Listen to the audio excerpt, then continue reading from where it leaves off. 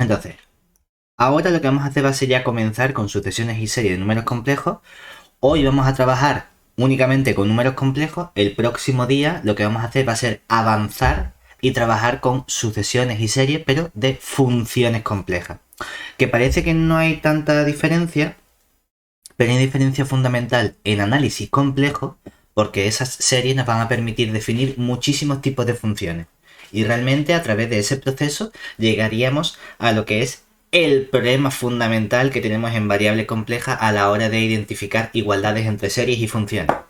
Y decimos que es un gran problema porque no es tan fácil como en análisis real, sino que en análisis complejo el comportamiento en la frontera no conocemos absolutamente ninguna relación. Es decir, si fuésemos capaces de llegar a algún tipo de relación, seríamos la leche, la caña, y nos llevaríamos un pedazo de premio y un porrón de dinero por ser capaces de demostrar o de encontrar una relación que nos permita estudiar el comportamiento de todos los puntos de la frontera, sea cual sea el tipo de función.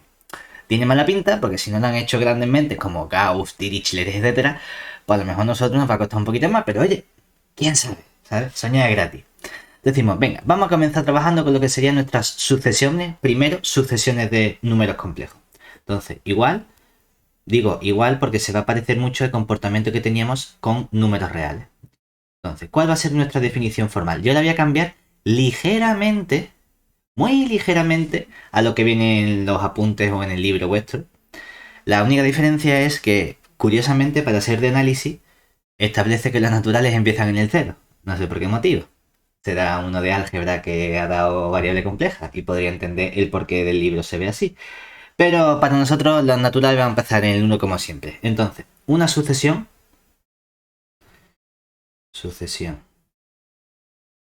de números complejos,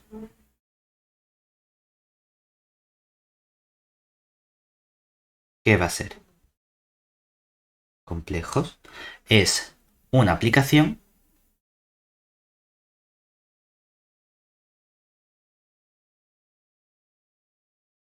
phi que va del conjunto de los naturales en el conjunto C. Donde lo que hacemos es a cada número natural n le asignamos un valor phi sub n, que normalmente no solemos trabajar con phi sub n, sino que decimos, mira, este phi sub n, llámalo a lo mejor a sub n, ¿de acuerdo? Cuando por comodidad lo escribimos como a sub n, hay veces que a lo mejor lo vamos a encontrar escrito como z sub n, por decir, no, es que los números complejos casi siempre los pongo como z, o muchas veces ponemos z sub n en vez de a sub n, vale, no pasa nada. Este a sub n es lo que nosotros solemos llamar el término general de nuestra sucesión. Y ahora, en cuanto a notación de expresar nuestra sucesión, hay muchísimas formas distintas de expresarlo. Es decir, solemos expresar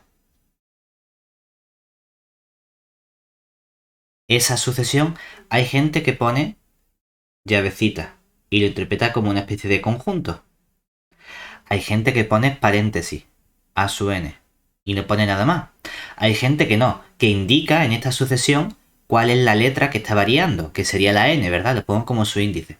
Hay gente que además indica dónde varía la sucesión, porque aunque inicialmente lo defino como una aplicación de n en C, en realidad esto puede generalizarse y puede empezar en el 0, puede empezar en el 17, es decir, no tiene por qué ser de todo n, sino simplemente de un subconjunto que tenga tantos elementos como n, tenga el mismo cardinal, incluso puedo definir una sucesión de z en c, da igual. Entonces muchas veces que especificamos aquí a sub n y ponemos un n perteneciente a los naturales.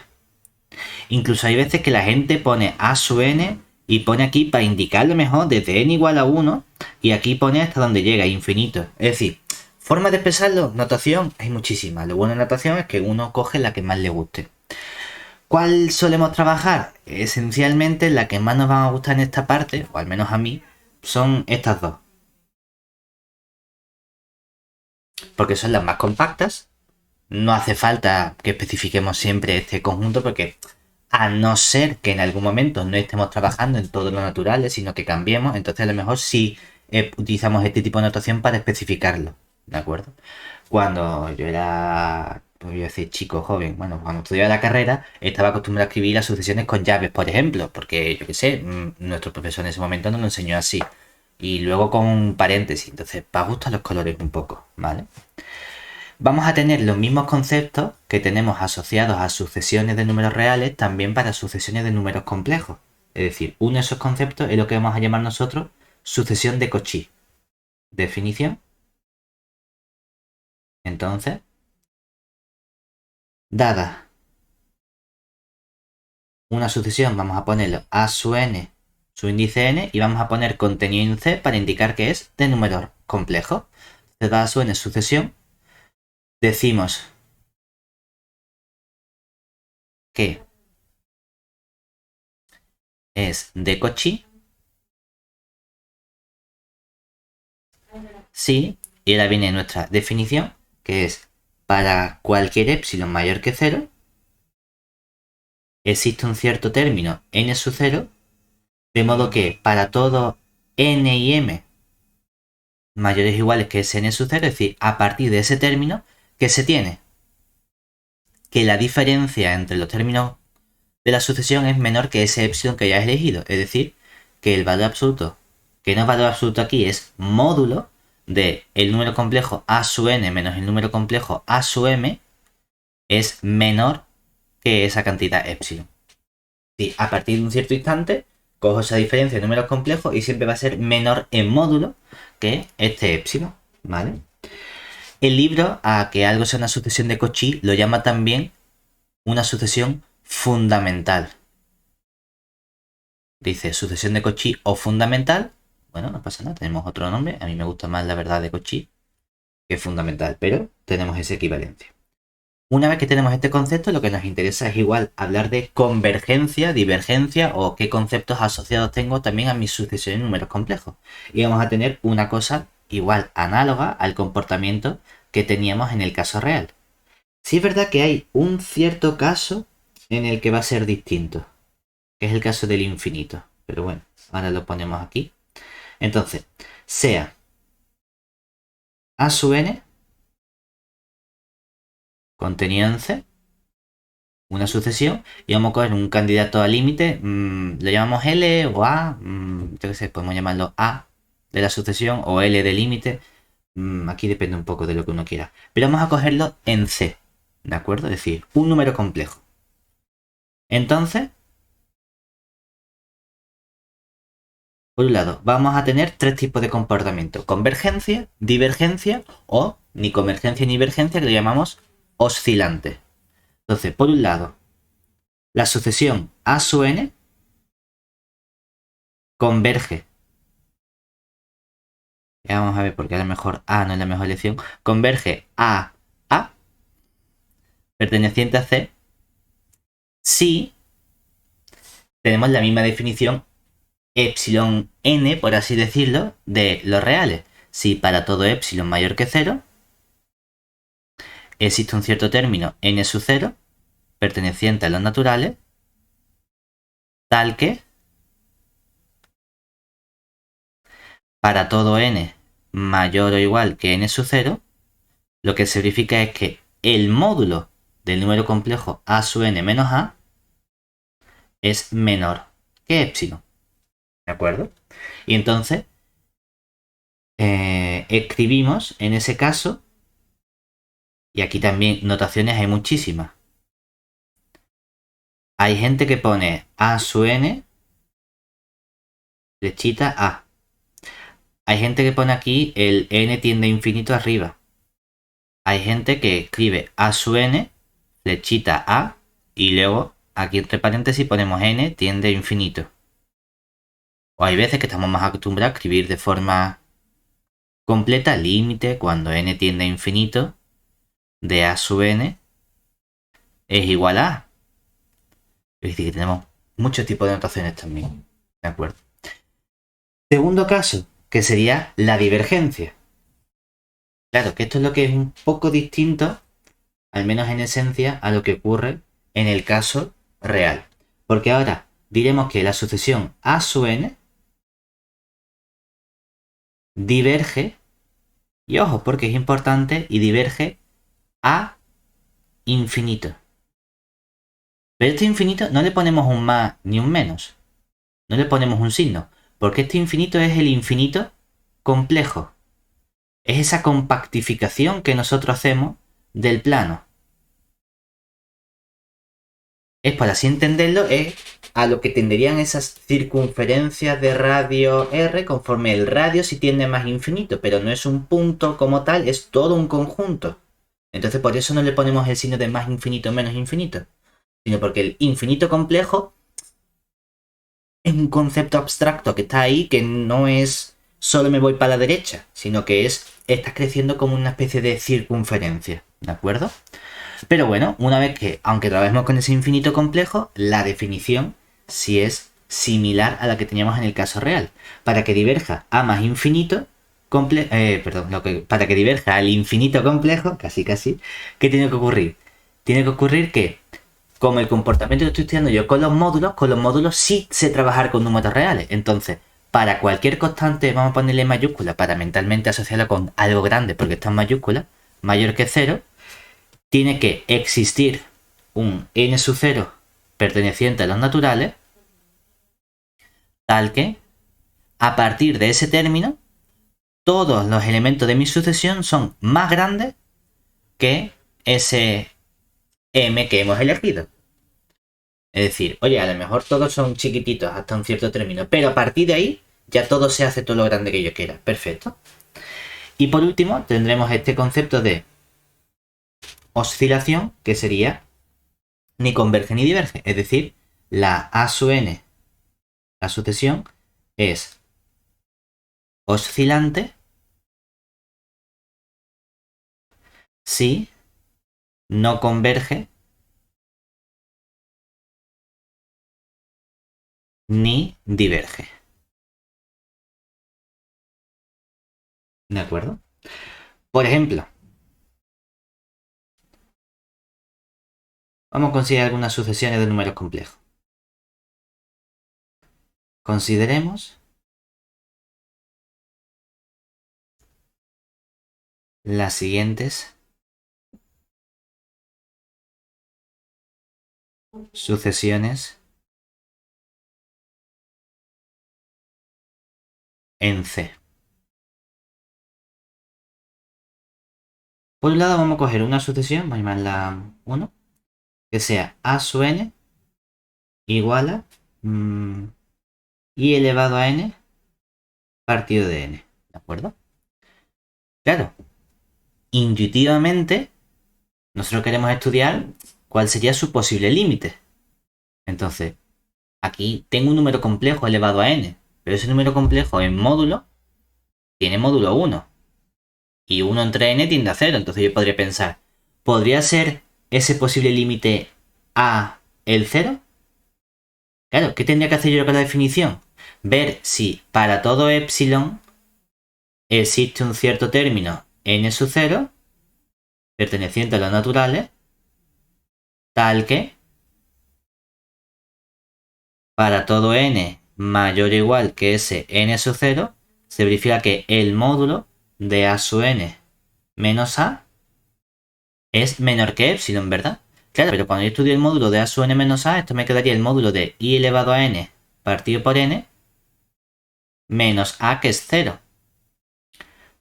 Y aquí nos queda entonces el módulo de i, todo eso elevado a n, partido de módulo de n, que es n.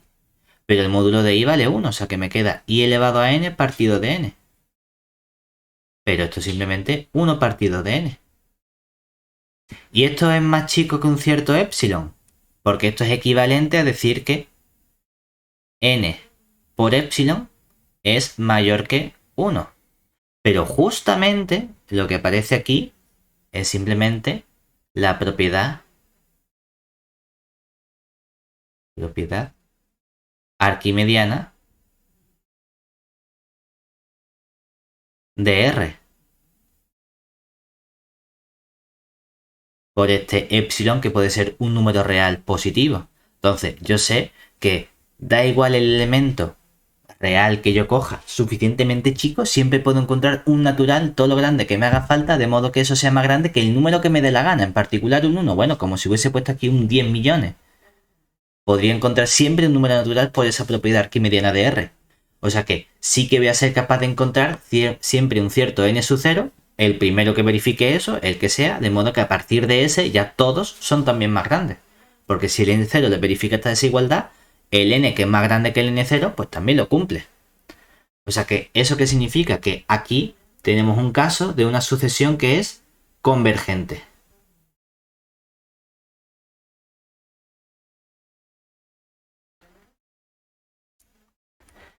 ¿Qué ocurre si modifico ligeramente la sucesión y ahora cojo a sub n como, por ejemplo, n por i elevado a n?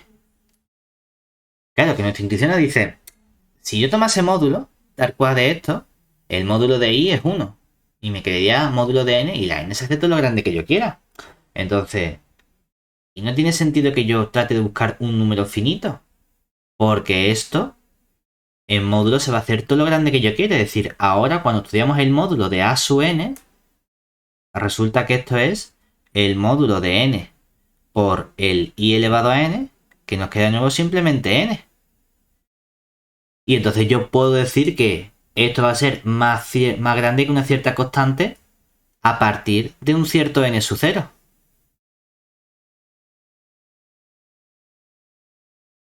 Es que si quiero puedo decirte exactamente el n0 que tengo que coger. Tengo que coger como n0 la parte entera de esa constante m y para asegurarnos le sumamos 1. Es decir, de ese en adelante ya todo es más grande. Pues sí, claro. ¿Eso qué significa? Que esta sucesión que tenemos aquí diverge.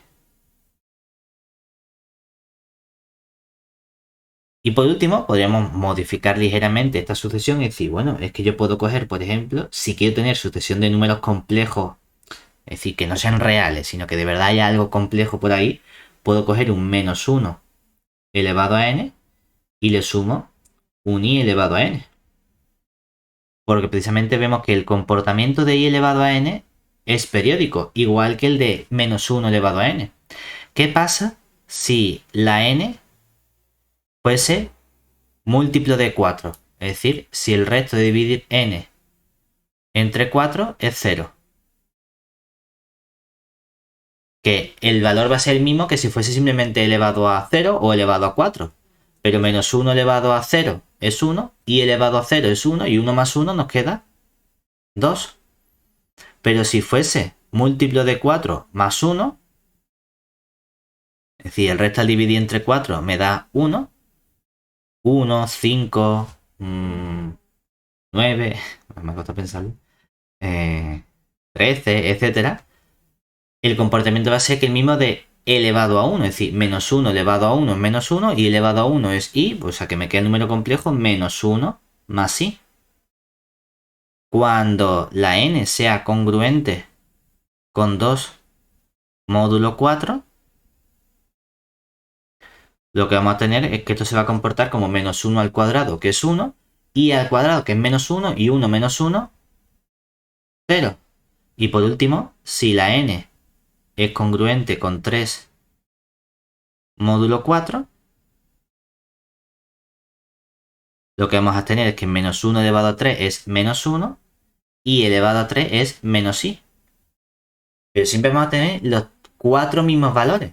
Es decir, que en el límite la sucesión va a valer 2 menos 1 más i, 0 menos 1 menos i, 2 menos 1 más i, 0 menos 1 menos i. Va a estar todo el rato alternando entre esos valores. Entonces tengo aquí un ejemplo de una sucesión que ni converge ni diverge, porque yo no puedo conseguir que el módulo este sea todo lo grande que yo quiera. Porque el módulo o vale 2, o vale aquí raíz de 2, o vale 0, o vale raíz de 2. Pero no puedo conseguir que el módulo sea más grande que 5. Entonces no es divergente. Pero tampoco puedo conseguir que se acerque todo lo que yo quiera a un número. Porque si digo que se acerca a 2, entonces del 0 está alejado de 2. No puedo acercarlo más. O sea que no tengo ninguno de esos dos casos. Luego tengo un ejemplo de una sucesión compleja que es oscilante,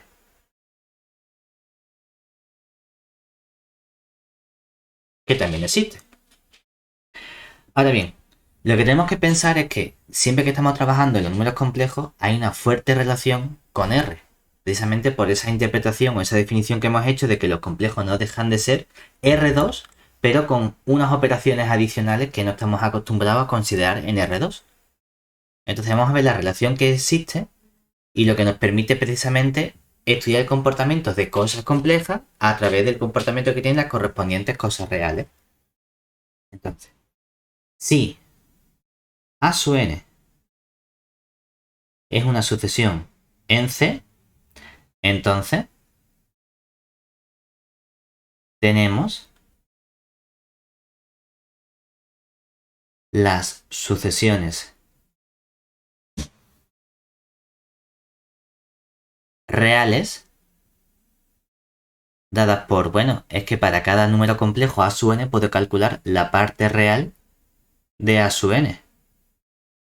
Y entonces me construye una sucesión de números reales. Pero también puedo coger la parte imaginaria de cada A sub n, que es también un número real. O sea que también construyo otra sucesión de números reales. Por lo tanto, tengo dos sucesiones de números reales a partir de una sucesión de números complejos. Lo que me encantaría es que precisamente el comportamiento de convergencia de esta sucesión compleja estuviese garantizado o caracterizado por el comportamiento de convergencia de cada una de estas sucesiones reales. Pues justamente eso es lo que ocurre, es decir, proposición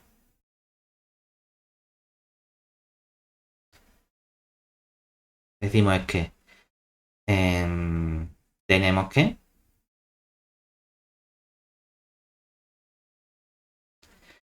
el límite cuando n tiende a infinito de la sucesión compleja A sub n es igual a un número A si y solo si se verifica que el límite cuando n tiende a infinito de la parte real de A sub n converge a la parte real del número complejo A. Y del mismo modo que el límite cuando n tiende a infinito de la parte imaginaria de A sub n converge a la parte imaginaria de nuestro número A. ¿De acuerdo? O sea que es suficiente estudiar el comportamiento de estos elementos. No solo eso, sino que tenemos un último resultado fundamental que, aunque parezca una tontería, nos da mucha información del tipo de espacio que es C. Teorema de Cauchy lo que nos dice es que sea A sub n una sucesión compleja. Entonces, resulta que tenemos que la sucesión A sub n converge si y solo si la sucesión A sub n es de Cauchy.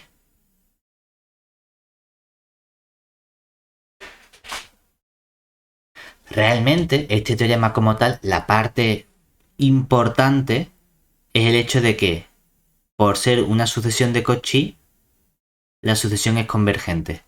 La otra implicación, que si la sucesión converge de Cauchy, volvemos a tenerla muy fácilmente, igual que en el caso real.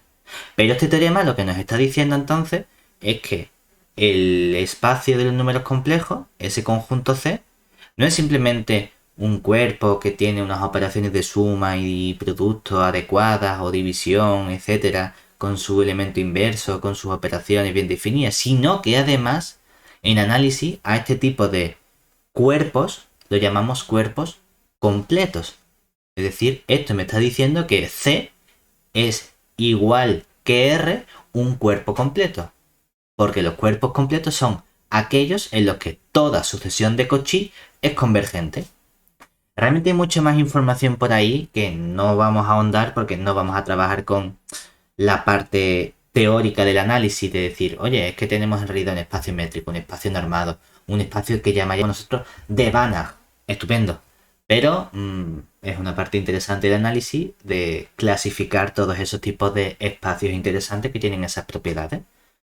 Pues resulta que los complejos con el módulo forman un par con una aplicación que llamaríamos norma, que es lo que llamaríamos un espacio normado. Por ser toda sucesión de Cauchy convergente, es decir, por ser un espacio normado completo, lo llamaríamos espacio de Banach.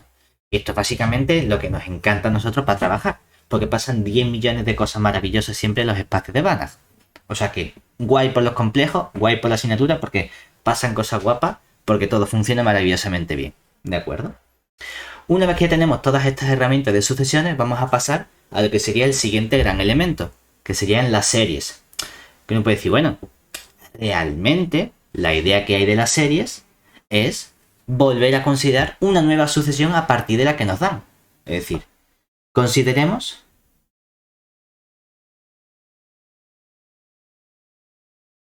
la sucesión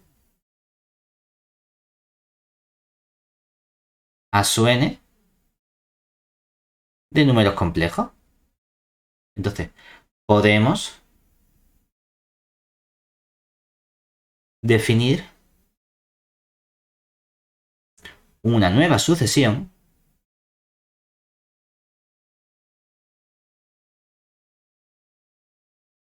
S sub n, también de números complejos, donde, ¿cuál es la relación que tiene esta S sub n con la relación con la sucesión anterior? Pues que esta S sub n se va a definir, porque yo he elegido cogerla así, como el primer término más el segundo término, más vamos sumando hasta que llegamos al término enésimo. Entonces, claro, de forma abreviada, para no tener que escribir a sub 1 más a sub 2 más a sub n, yo podría expresar esto simplemente como un sumatorio desde k igual a 1 hasta n de los términos a sub k. ¿De acuerdo? Bueno, pues entonces, a cada sucesión a sub n yo le puedo asociar una nueva sucesión de sumas. Estos términos que aparecen aquí van a llamarse las sumas parciales.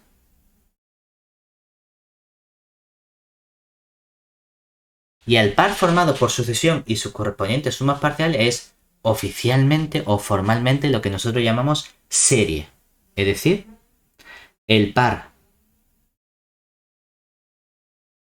formado por A sub n y la correspondiente nueva sucesión S sub n, un par con estos dos elementos, se llama serie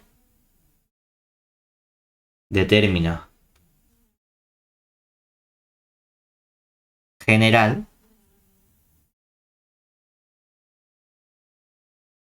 A sub n. Y solemos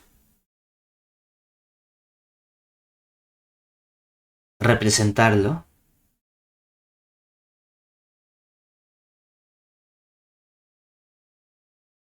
por... Y aquí sí es cierto que hay un poco de crisis, o que depende del momento en el que lo estudie uno puede tener un poquito de crisis. Si uno se va al Novoa o se va a libros similares o en la asignatura, hay muchas veces que el sumatorio simplemente nos aparece sin índice ni superíndice, simplemente un sumatorio de A sub n. O hay veces que sí que ponemos los índices, sí ponemos un sumatorio desde n igual a 1 hasta infinito de A sub n. A mí me gusta más esta segunda, pero es cierto que para algunas cosas tiene más sentido utilizar la primera notación.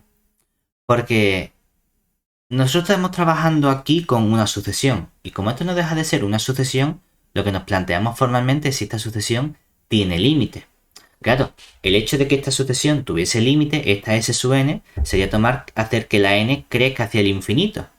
De ahí que intuitivamente la notación con el infinito y con el subíndice sea simplemente decir, bueno, como que tomo límite y cambio esta n por infinito. Pero claro, cuando yo estudio el límite de una sucesión, ese límite puede existir, es decir, la sucesión ser convergente, o puede no existir, y ahí ya puede haber divergencia o que oscile. Entonces, a lo mejor no tiene tanto sentido decir, pongo el límite como si aquí hubiese un sumatorio infinito, si este límite como tal no existe. Por eso muchas veces uno dice, yo trabajo simplemente con esta notación sin subíndice ni superíndice, estudio la convergencia y en caso de que sea convergente, añado los superíndices y los subíndices y a eso lo llamo yo límite. Vale, tenemos las dos ramas. Da un poco igual. Es cierto que en esta asignatura casi siempre lo que hacemos es simplemente trabajar con los índices y los superíndices y luego estudiar la convergencia y decir, pues mira, si converge genial y si diverge, pues aunque lo pongamos con índice y superíndice, no pasa nada. He escrito esto y esto diverge, no existe. Bueno, pues ya está. Puedo escribir algo que no exista. Pero realmente toda esta asignatura podemos decir, esto surge porque a alguien le apeteció decir raíz cuadrada de -1, llamarlo ahí y tirar para adelante a ver qué pasaban. Y pasaban un montón de cosas. Sí, bueno, no exactamente así, pero tenemos una cierta idea. ¿De acuerdo? Entonces, bueno, pues vamos a estudiar precisamente qué entendemos ahora por convergencia de nuestra serie. Y esa convergencia de la serie va a venir dada por la convergencia de la correspondiente sucesión que acabamos de construir. ¿De acuerdo? Es decir, vamos a poner nuestra definición.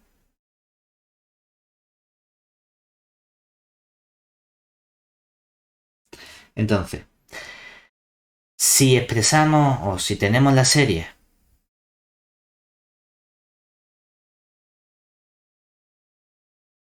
vamos a poner ahora sin subíndice sumatorio de A sub n, ¿de acuerdo? Diremos que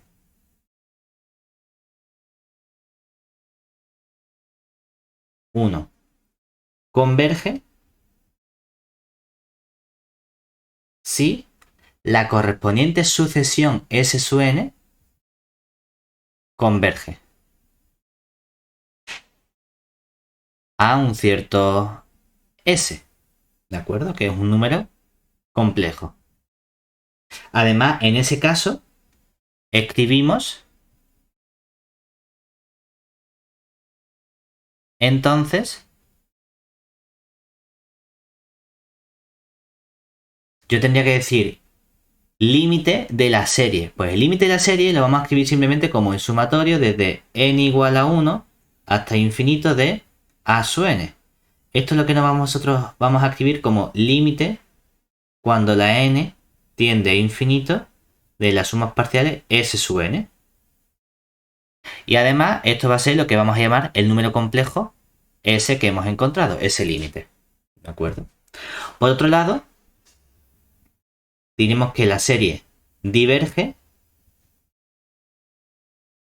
si la sucesión S sub n tiende al infinito complejo, es decir, si la serie diverge. Si la sucesión diverge. Y por último, que la serie oscila si la correspondiente sucesión de sumas parciales S sub n también oscila. O sea que en realidad el comportamiento viene dado únicamente por esa sucesión de sumas parciales. ¿De acuerdo? Por ejemplo,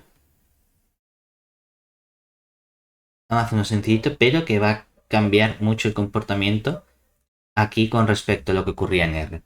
Consideremos, dado un número complejo A perteneciente a C que sea distinto de 0, consideremos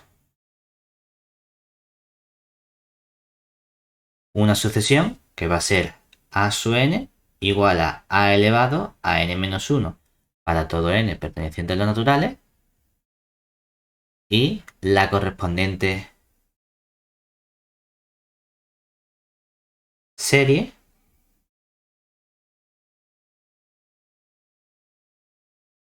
¿quién sería? Formalmente, aunque a lo mejor el libro diría escríbelo sin los subíndices, podemos poner los subíndices, no pasa nada, desde n igual a 1 hasta infinito de A sub n, que es el sumatorio desde n igual a 1 hasta infinito de a elevado a n-1.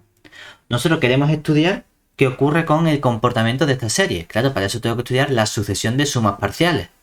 Entonces, estudiamos la sucesión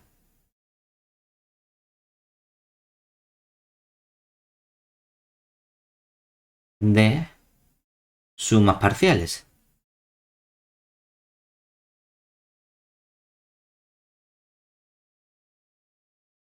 ¿Qué nos quedaría esta sucesión de sumas parciales? Lo que llamaríamos S sub n.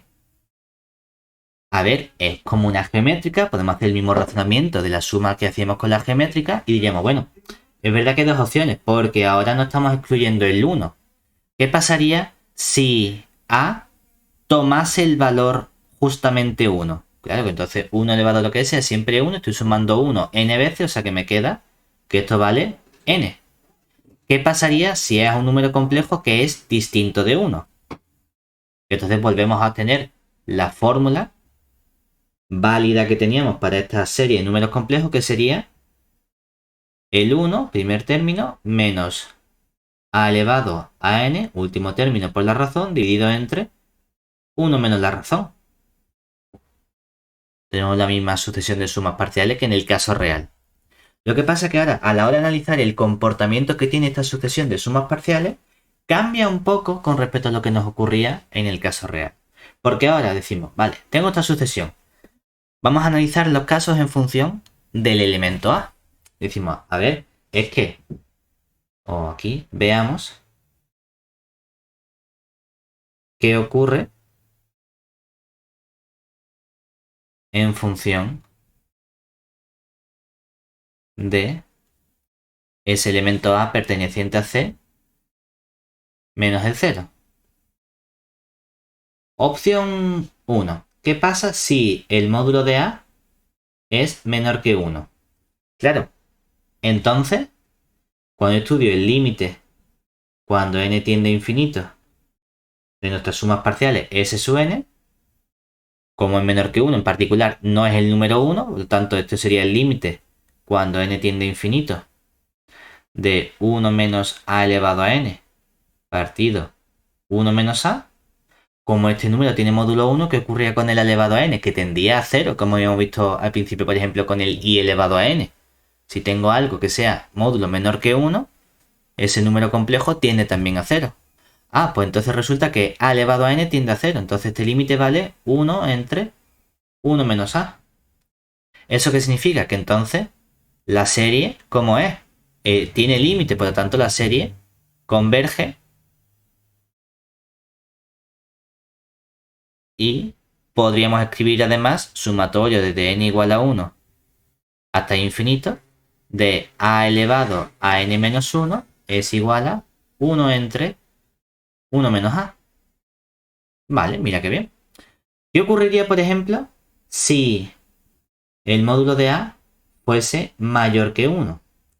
Claro, entonces cuando analizo este comportamiento, tengo que el límite, cuando n tiende a más infinito, a infinito de mi Sn, sería el límite cuando la n tiende a infinito de este 1 menos a elevado a n partido 1 menos a.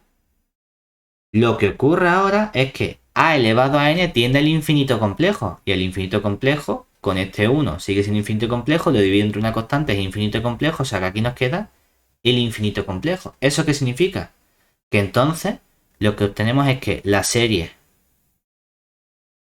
diverge y además podríamos escribir que el sumatorio desde n igual a 1 hasta infinito de a elevado a n menos 1 es infinito complejo. Hay un caso que habíamos puesto aparte, ¿verdad? Que era el caso a igual a 1. Porque si a igual a 1, claro, entonces ¿quién es este límite cuando n tiende a infinito de s sub n? Es que en ese caso el límite venía dado por ¿quién? Justamente por n. Y el límite de n, esto sí sería un más infinito. Aquí sí puedo especificar el signo. Entonces ocurre lo mismo que en el caso anterior, es decir, la serie diverge y además, si yo quiero poner que el sumatorio de n igual a 1 hasta infinito de a elevado a n menos 1 es infinito complejo, lo podemos poner. Pero en este caso concreto también podría poner, si quiero, que esto es más infinito, porque en realidad esta serie es una serie de números reales, no es de números complejos. Pero con estos tres casos, módulo de A mayor que 1, módulo de A menor que 1 y A igual a 1, no he estudiado todos los posibles casos de A perteneciente a C. Me faltan unos casos muy concretos, que es no solo que A sea 1, sino que el módulo de A sea igual a 1. Aquí hemos dicho, yo cojo A igual a 1, ya, pero es que no hay un único número con módulo 1. Hay infinitos números con módulo 1. Es decir, ¿qué ocurre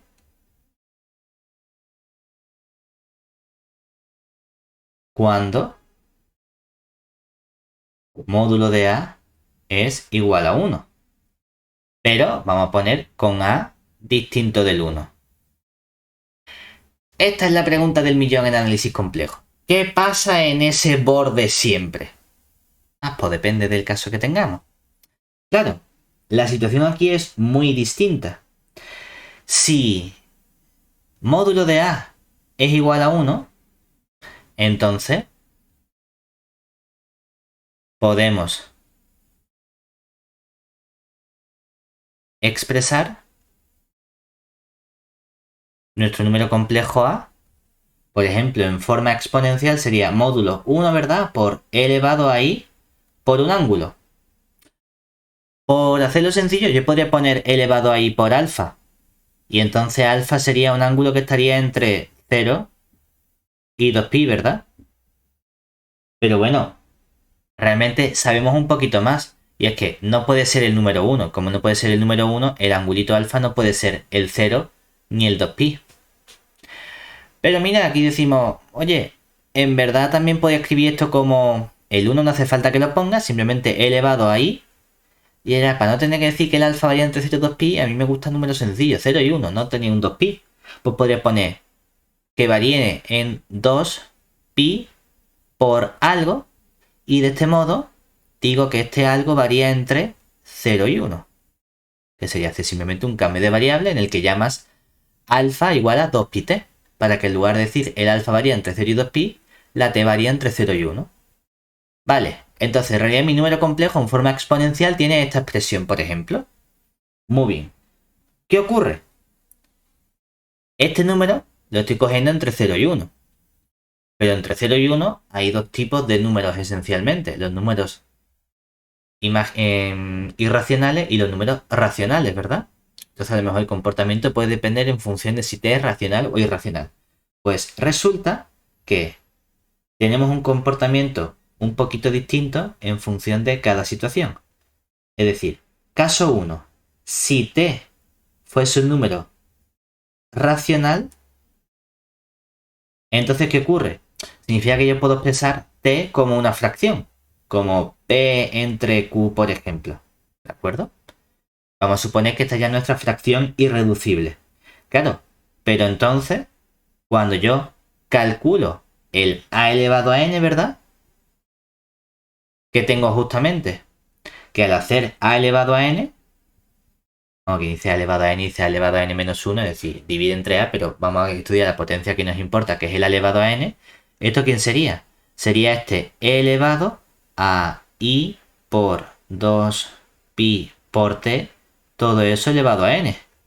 Pero al final esto nos queda elevado a i, y cuando elevo, los exponentes se multiplican y aquí tendríamos un 2pi, el t lo expreso como p partido de q, y todo esto lo multiplico por n, ¿verdad?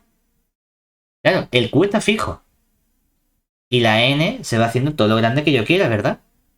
Pero hay un momento en el que este q va a tomar múltiplo, este n partido por q, por así decirlo, va a volver a tomar el mismo múltiplo de 2pi. Entonces se me va a volver a repetir ese valor. ¿Eso qué significa? Que esto, en función de los valores de n, nos proporciona una serie de valores exactos. Es decir, toma q valores distintos.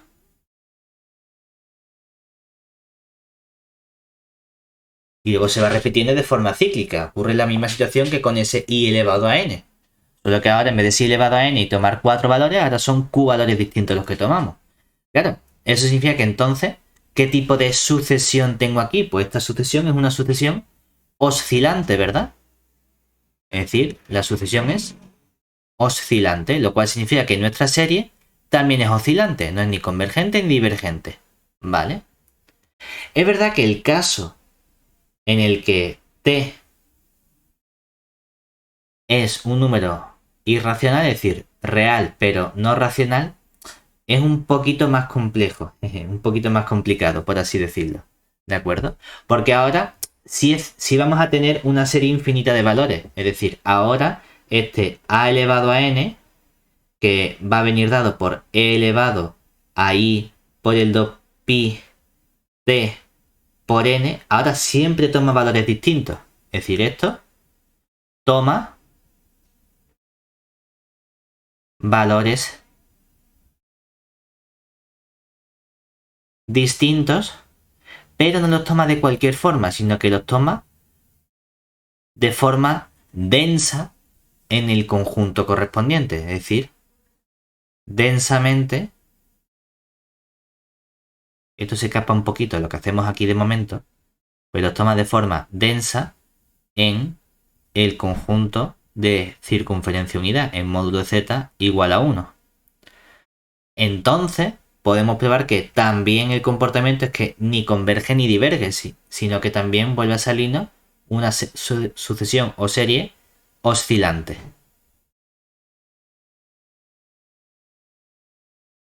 ¿De acuerdo? Ahora, una vez, este ejemplo un poquito, pero para que veamos que hay más casuística a la hora de trabajar con serie de números complejos que la que había con serie de números reales. Precisamente por esta parte de módulo, que antes esa frontera eran 2 puntos a lo mejor, mientras que ahora hay infinitos puntos, entonces la situación se complica muchísimo. ¿De acuerdo? Sin embargo, a pesar de que se complica muchísimo, tenemos ciertas relaciones que son más o menos similares a lo que ocurre también en el caso real. Es decir, para empezar, cuando hablemos de convergencia, voy a ser capaz de tener información sobre la correspondiente sucesión o el término general. Es decir, teoremita que lo que llamaríamos nosotros la condición natural de series, ¿verdad? Que sería, oye, es que esta condición natural nos dice que si a su n es una sucesión de números complejos y la serie correspondiente, sumatorio de dn igual a 1 hasta infinito de a su n, converge,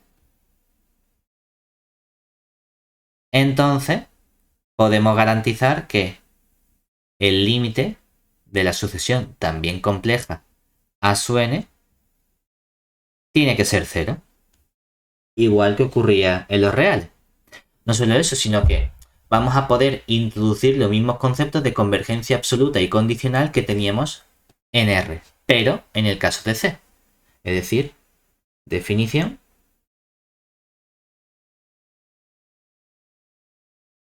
Que sería como afinar un poco más ese concepto de convergencia. ¿De acuerdo? Bueno, pues sea sumatorio desde... Hay veces que yo casi siempre ya voy a poner los índices arriba abajo, converja o diverja, lo que sea. Sea esto una serie. Vamos a ponerlo compleja. Vamos a tener que decir con la sucesión a su n de números complejos. Entonces, diremos que esa serie converge absolutamente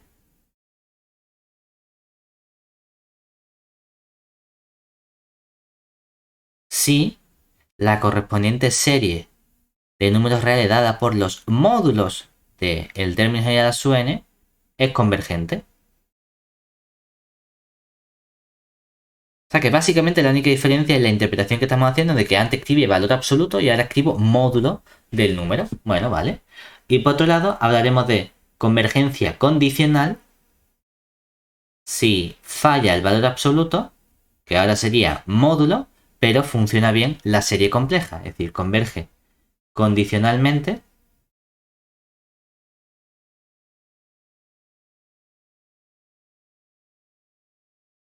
si el sumatorio de dn igual a 1 hasta infinito de los módulos de a sub n diverge,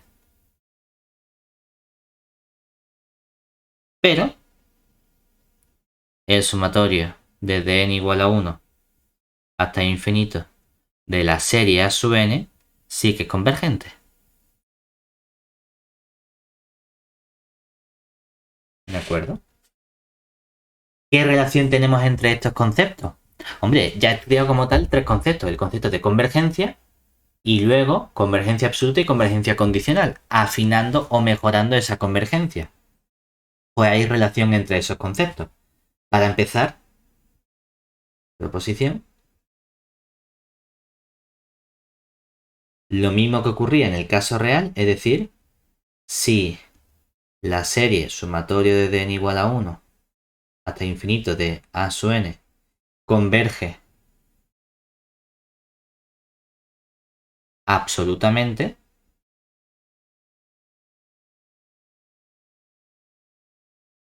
entonces el sumatorio desde n igual a 1 hasta infinito de a sub n también converge. Básicamente, esta proposición lo que nos está diciendo es que la convergencia de los módulos implica la convergencia sin los módulos. Es decir, básicamente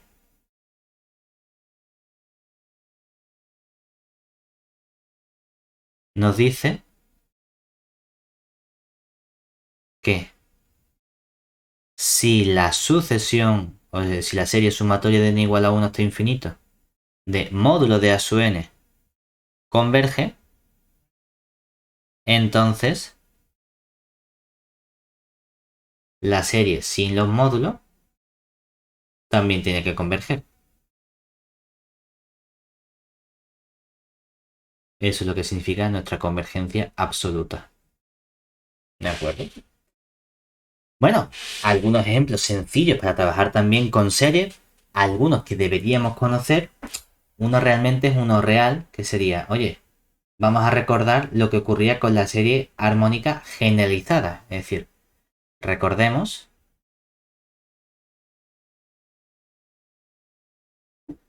que la serie armónica generalizada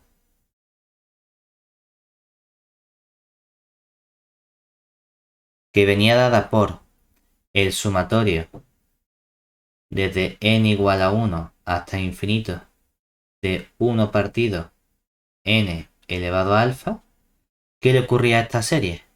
Que esta era convergente si el alfa era como. El alfa era mayor que 1, mientras que era divergente si el alfa es menor que 1. ¿Te suena de algo esta serie? Supongo que debería, pero no me acuerdo ahora mismo. No, todavía no, ¿no? Pero es la serie más importante de análisis complejo. Un poquito escondida, porque aquí nuestro exponente alfa, ¿cómo es? Real. Real. Y se llama serie armónica generalizada. Si tú lo cambias y no pones un exponente real, sino que dices, esto y es complejo, podría tener un exponente complejo. Es verdad que todavía no hemos hablado de la potencia compleja, ¿verdad?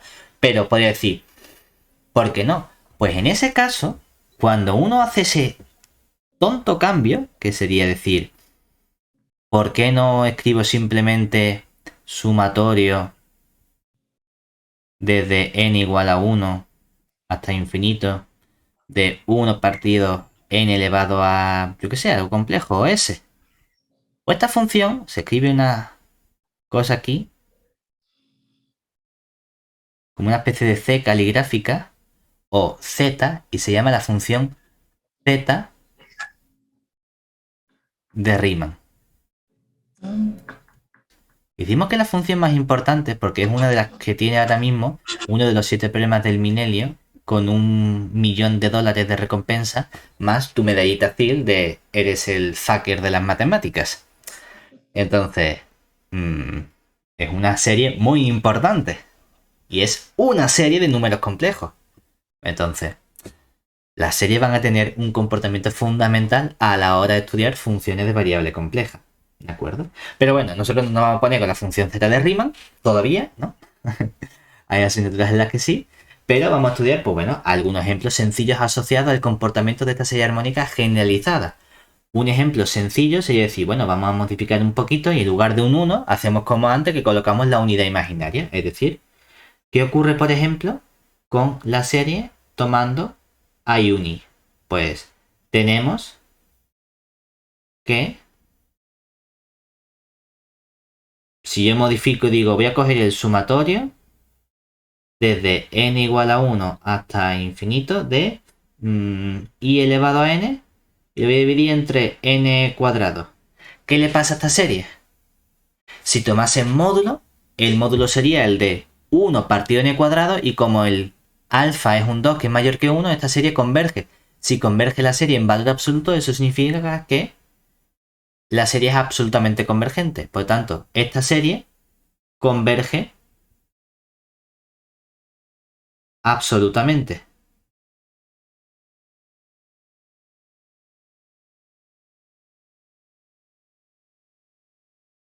Porque la correspondiente serie de los módulos, sumatorio de n igual a 1 hasta infinito, de módulo de i elevado a n partido n cuadrado, es simplemente la serie real desde n igual a 1 hasta infinito de 1 partido n cuadrado.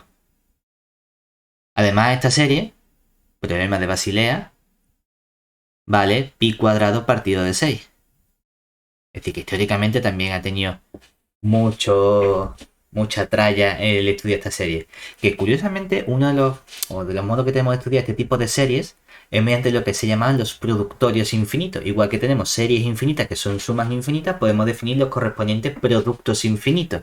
Y cuando estudiamos productos infinitos que no se hacen en esta asignatura, nos permite precisamente ser capaces de calcular los valores de estas series tan complicadas. Pero bueno, los podemos sacar. ¿Vale? El problema que nosotros tenemos es que, bueno, cuando me den una serie de términos general a su n, con números complejos, yo quiero ser capaz de determinar el carácter convergente, divergente o el que sea de nuestra serie. Y a lo mejor no es tan sencillo como coger un i elevado a n y ya está, sino que la serie es más complicada. Entonces, ¿qué hacemos? Pues vamos a tener dos resultados fundamentales que nos van a permitir obtener información sobre el carácter convergente o divergente de nuestra serie, que va a ser el de la raíz y el del cociente. Entonces, vamos a estudiar esos dos teoremas de convergencia. Es decir, en ambos casos, consideremos ahora una serie sumatorio desde n igual a 1 hasta infinito de a sub n, que sea una serie en C con a sub n, vamos a exigir que sea distinto de 0 para todo n perteneciente a lo natural. ¿De acuerdo? Entonces, tenemos dos resultados fundamentales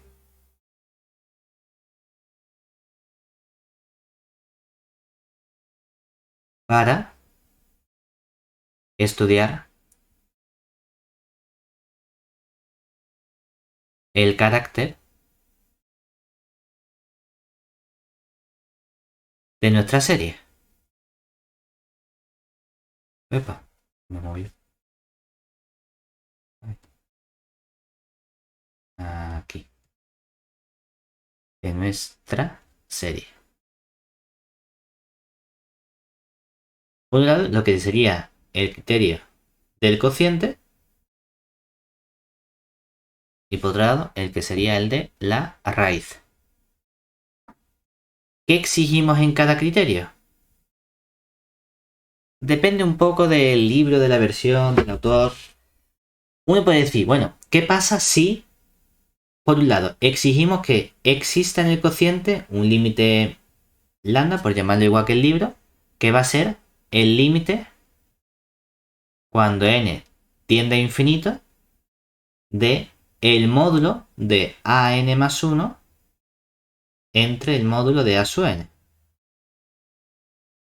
El libro, por ejemplo, escribe arriba A sub n y abajo el A sub n menos 1.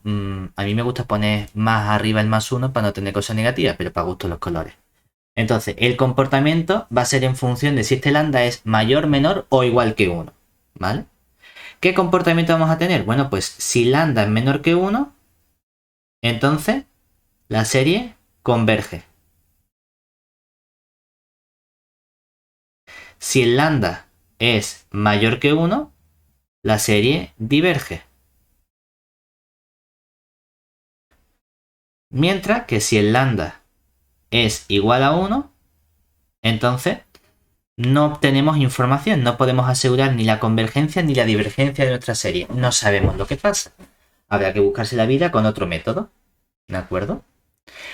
Ahora, a la hora de trabajar con el criterio de la raíz, es verdad que aquí, por ejemplo, hablan de límite. Y curiosamente, el libro, cuando escribe el de la raíz, llama lambda a lo que sería el límite superior cuando n tiende a infinito de la raíz enésima del módulo de A sub n. Técnicamente, si aquí habla del límite superior, aquí también deberíamos hablar del límite superior. Porque en realidad este concepto o este criterio del cociente es un poquito más general de lo que aparece aquí. Este es el concepto guay, por así decirlo, cuando el límite de la sucesión existe. Si el límite de la sucesión no existe, puedo calcular su límite superior, su límite inferior. Si el límite superior es menor que 1, es convergente. Si el límite inferior es mayor que 1, es divergente. Y lo mismo ocurre con el criterio de la raíz. Realmente aquí, si quieres, puedes poner simplemente límite cuando n tiende a infinito de la raíz enésima del módulo de A sub n. Aunque lo más correcto es poner límite superior y aquí también hacer la generalización de este criterio del cociente. La situación, la misma. Es decir, ¿qué va a ocurrir con este criterio de la raíz? Que si lambda es menor que 1, entonces nuestra serie converge. Si el lambda es mayor que 1, entonces la serie diverge. Mientras que si el lambda es igual a 1, ¿qué ocurre? Pues que no sabemos lo que pasa tampoco. No tenemos que buscar la vida de otro modo. Uno podría pensar, son igual de buenos los dos criterios. Porque claro, la única diferencia es que aquí tengo un cociente, aquí tengo una raíz enésima. Pero me da la misma función, menor que 1 convergencia, mayor que 1 divergencia, igual a 1, no sabemos lo que pasa. Y podría ser casi así. Sin embargo, hay uno de los dos que es ligeramente más potente que el otro. Y es que el de la raíz es un poquito más fuerte que el criterio del cociente. ¿Qué significa que sea un poquito más fuerte? Lo que significa es que, ¿nota? Aunque parecen similares, el criterio de la raíz es ligeramente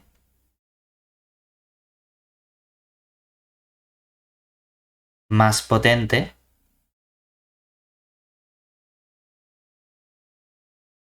que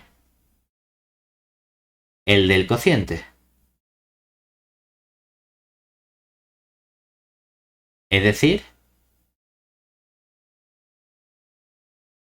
si existe lambda igual al límite cuando n tiende a infinito de módulo de A sub n más 1 entre el módulo de A sub n, entonces existe límite cuando n tiende a infinito de la raíz enésima del módulo de A sub n y vale el mismo lambda, ¿vale? Pero este lambda es el que aparece aquí.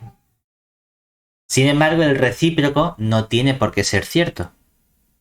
¿De acuerdo? Es decir, no son equivalentes los dos criterios. Por ejemplo, Aquí podemos poner el mismo ejemplo, no hace falta irnos a los complejos, sino directamente a los reales, e interpretar una sucesión de números reales como una sucesión de números complejos sencillota, pues basta tomar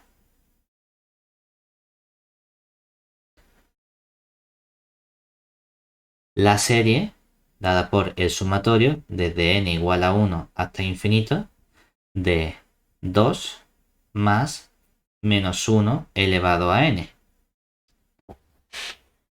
¿Por qué? Porque entonces, ¿qué ocurre? Que aquí no existe el límite cuando n tiende a infinito del módulo de a sub n más 1 partido el módulo de a sub n. Porque es una serie oscilante, siempre está variando entre los mismos valores. Sin embargo, sí que existe lambda igual al límite superior cuando n tiende a infinito de la raíz enésima del módulo de a sub n. Y nos quedaría simplemente de los dos valores que toma o el valor 3 o el valor 1, el más grande es el 3 y esto sería mayor que 1, entonces puedo asegurar que la serie diverge.